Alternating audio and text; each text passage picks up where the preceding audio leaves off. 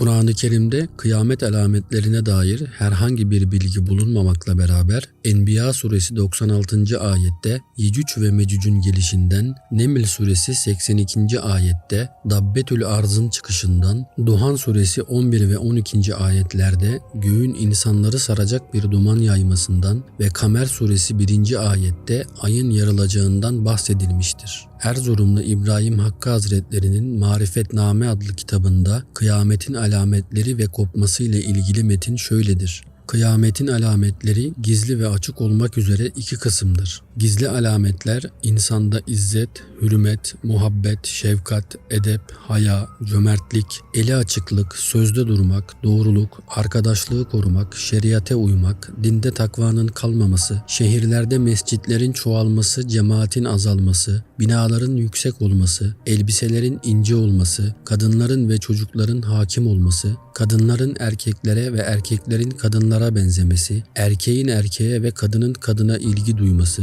bereketin azalması, akrabayı ziyaretin ve şer'i alışveriş hükümlerinin kalkması, kötülere saygı ve iyilerin aşağılanması, cariyelerin doğurması, kan dökülmesi, fitne ve fücurda çoğalma, kabirlerin süslenmesi gibi şeylerdir ki bunlara kıyametin şartları anlamına gelen eşrat-ı saat derler. Kıyametin açık alametleri ise 10 tanedir. Deccal'in çıkması, 3 gece ard arda ay tutulması, 7 iklimde yani tüm dünyada 3 sene ard arda kıtlık olması, büyük bir dumanın her tarafı kaplaması, İsa aleyhisselamın Şam-ı Şerif'teki beyaz minare üzerine inip Deccal'i öldürerek Muhammed aleyhisselamın şeriatı ile amel etmesi, Resul-i Ekrem sallallahu aleyhi ve sellemin soyundan Mehdi çıkıp 40 yıl adaletle giderek İsa aleyhisselama erişmesi, Dabbetül Arz'ın meydana çıkması, Yecüc ve Mecüc'ün Seddi İskenderi'den çıkıp 7 iklimi istila etmesi, Kabe-i Muazzama'nın yıkılması, güneşin batıdan doğup orada beklemesidir. Bu alametlerin meydana çıkmasından sonra misk ve amber kokusu gibi ferahlatıcı serin rüzgarlar esip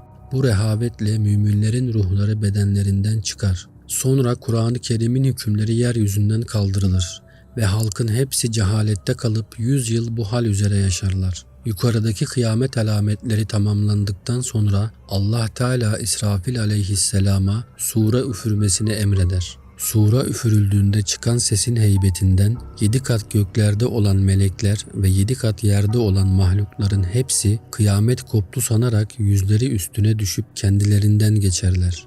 Gökler ve yer sarsılır, yıldızlar dökülür, insanların saçları sakalları ağarır, hamile olanlar vakitsiz doğururlar, herkes sarhoş gibi olur. Bu surun 1. safhasıdır. İnsanlar 40 yıl bu hal üzere yaşarlar. Sonra Allah Teala İsrafil aleyhisselama sura 2. defa üfürmesini emreder. O da 2. üfürmeyi öyle kuvvetli yapar ki şiddetinden bütün dağlar yerlerinden ayrılıp havaya çıkarak atılmış pamuk gibi olurlar. 7 kat gökler parça parça olup su gibi eriyip yeryüzüne dökülürler. Denizlerin suları kurur, güneş ve ayın ışığı söner ve kapkara olurlar. Cihanı zulmet kaplayıp arş-ı âlâdan esfeli safiline, hatta en aşağıdaki perdeye kadar mahluklar ve meleklerin hepsi helak olup dünyadan geçerler. Ancak mukarrebin meleklerden 8 tanesi kalır. Diğer 4'ü ise hamele-i arş yani arş-ı âlâyı taşıyan melekler olup birisi İsrafil aleyhisselamdır. Allah Teala'nın emriyle Azrail aleyhisselam o 7 meleğin de ruhlarını kabzeder. Sonra kendi ruhunu alırken bir feryat eder ki yüksek sesi gökleri geçip yerlere gider.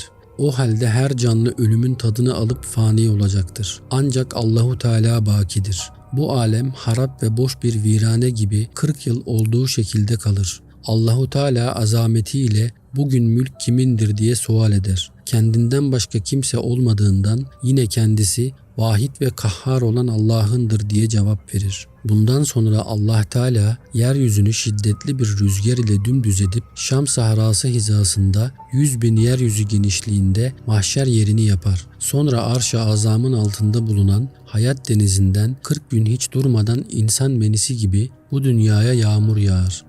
Bütün yeryüzü deniz gibi olduğu zaman çamur tabakasında toprak olan bütün insan ve hayvan cesetleri o yağmuru çekip bütün organları bir araya gelip yeryüzünde bakla gibi biterler. Her beden kendi kemaline ulaşır. Sonra Allah Teala 8 büyük meleği diriltip İsrafil aleyhisselama yine sura 3. defa üfürmesini emreder. O da suru öyle yumuşak ve latif üfler ki surun içinde sakin olan ruhlar hemen ufuklara yayılarak her can kuşu kendi kafesini bulur. Koyun sürüsü içinde kuzuların kendi anasını bulduğu gibi her can da kendi bedenini bulacak ve onunla kalacaktır. Önce ve sonra olan bütün mahluklar, melekler, huriler, insanlar, cinler, şeytanlar, denizde ve karada yaşayan hayvanlar ve bütün haşereler bir anda tamamen canlanıp mahşer yerine akın ederler. Peygamberlere, velilere, alimlere, salihlere cennetten elbiseler ve buraklar gelir. Elbiseleri giyer, buraklara biner, arşın gölgesine gidip minber kürsüler üzerinde rahat ve selamette olurlar. Geri kalan mahlukların hepsi aç, susuz, çıplak, baş açık, yalın ayak, yaya olarak düşe kalka Arasat meydanına gelip mahşer yerinde toplanırlar. Çok sıkışıp ayakta dururlar. Güneş başlarına 1 mil kadar yaklaşıp sıcaktan çok ter dökerler. Kimi topuğuna, kimi dizine, kimi göğsüne, kimi boğazına kadar ter içinde kalır. Çoğu da ter denizine gömülürler. Bu arada 70.000 saf zebaniler cehennemi yer altından mahşer yerinin yakınına getirirler. Mahşer halkını halka gibi sararlar. Ehli mahşer 50.000 yıl hesabı bekleyerek bu halde sıkıntı içinde kalırlar. Kiramen katibin melekleri dünyada yazdıkları amel defterlerini mahşerde sahiplerine verirler. Müminlere ve itaatli olanlara sağ tarafından, kafirlere ve fasıklara sol tarafından verirler. Allah Teala orada bütün mahluklarına vasıtasız kelam söyler. Bir anda herkesin hesabını görüp kimine hitap, kimine hitap eder. Mazlumun hakkını zalimden hasenat olarak alır ve mazluma verir. Eğer zalimin hasenatı yoksa mazlumun günahlarını zalime yükletir. Hesaptan sonra hayvanları toprak eder. Kafirler hayvanlara gıpta edip keşke biz de toprak olsaydık derler. Mahşer yerinde 2 direk üzerine bir büyük terazi kurulur. Her direğin uzunluğu 500 yıllık yoldur. Her kefesi yeryüzü kadar geniştir. Bu terazi ile mahşer gününde sevaplar ve günahlar tartılır. Sevabı ağır olanlar cennete, günahı ağır olanlar cehenneme giderler. Ancak Allah Teala ikram ederek günahı çok olan dilediği bir kısım kullarını affeder. Bir kısmı da enbiya, evliya, ulema ve sülehanın şefaatine kavuşurlar. Fakat bunların iman ile vefat etmiş olması şarttır. Çünkü dünyada imansız gidenlere cennet, af ve şefaat olmaz. Asla cehennemden kurtulamazlar. İmanlı olarak ölüp de günahı sevabından çok olan, af ve şefaate uğramayan müminler günahları kadar cehennemde yanıp sonra cennete giderler. Zerre kadar imanla ölen kişi sonunda muhakkak cehennemden kurtulup rahata erer. Sırat köprüsü kıldan ince kılıçtan keskindir. Uzunluğu 3000 yıllık yoldur.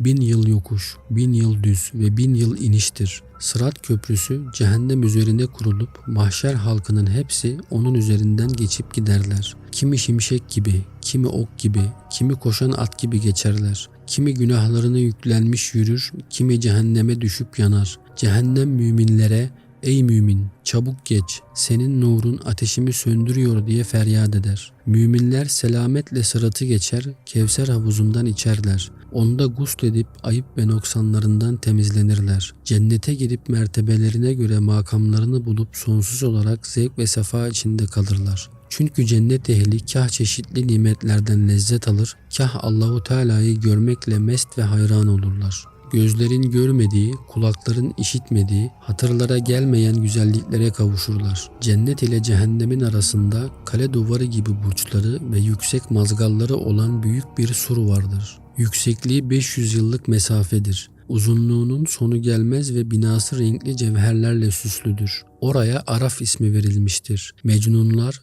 dağ başında olup din duymayanlar ve kafir çocukları Araf'ta kalırlar. Araf'takiler cennet tarafından bakıp içindekileri nimetler içinde gördüklerinde orada olmayı arzu ederek mahzun olurlar. Cehennem tarafına bakıp içindekilerini azapta gördüklerinde orada olmadıklarına şükredip sevinirler. Ey günahları örten Allah'ım, bizi cehennemden koru.